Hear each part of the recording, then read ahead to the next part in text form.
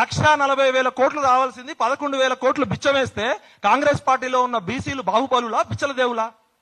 Central government లో BC లీడర్లు ఉన్నారు కదా, మరి మోడీ కూడా ఇవ్వాలి కదా. మోడీ గారికి ఒకటి కృతజ్ఞత చెప్పాలి. 27 మంది కేంద్ర మంత్రులు ఇచ్చినందుకు మోడీకి హ్యాట్స్ ఆఫ్. ఫస్ట్ టైం ఈ భారతదేశ చరిత్రలో 27 మంది బీసీలను ఇచ్చిండు. కానీ 27 మంది బీసీ మంత్రులు అయినంత మాత్రాన 70 కోట్ల మంది ప్రజలు బాగుపడరు. బీసీ ప్రధానమంత్రి అయినంత మాత్రాన బీసీలు బాగుపడరు. బీసీ ముఖ్యమంత్రి రేపు పొద్దున కృష్ణన్న ముఖ్యమంత్రి అయినా పవర్ కావాలి కదా, బడ్జెట్ ఎలాకేషన్ చేయాలి కదా.